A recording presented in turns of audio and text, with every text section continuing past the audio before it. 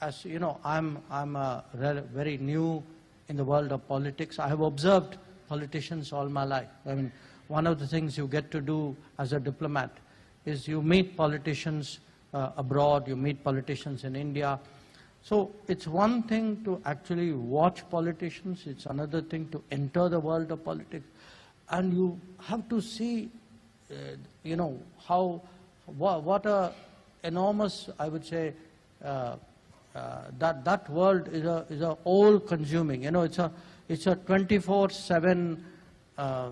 It's not a world of weekends and, you know, this day and that day. It's relentless. It is a sort of saturated world of many things.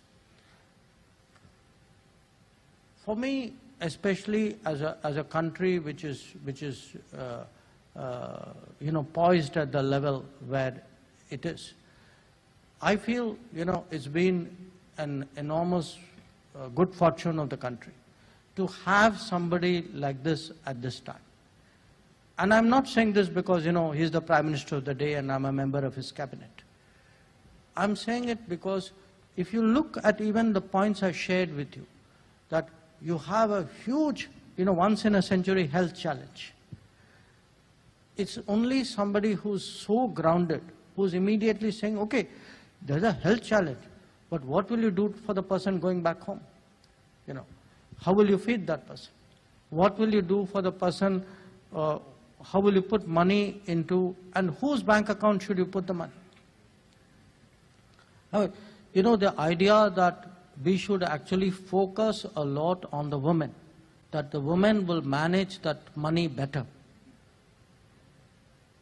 I would say very honestly, it's not an idea which would have occurred to why am I saying this to you? I say this, that take that sense of what a leader of a country like India is about in a very considered way.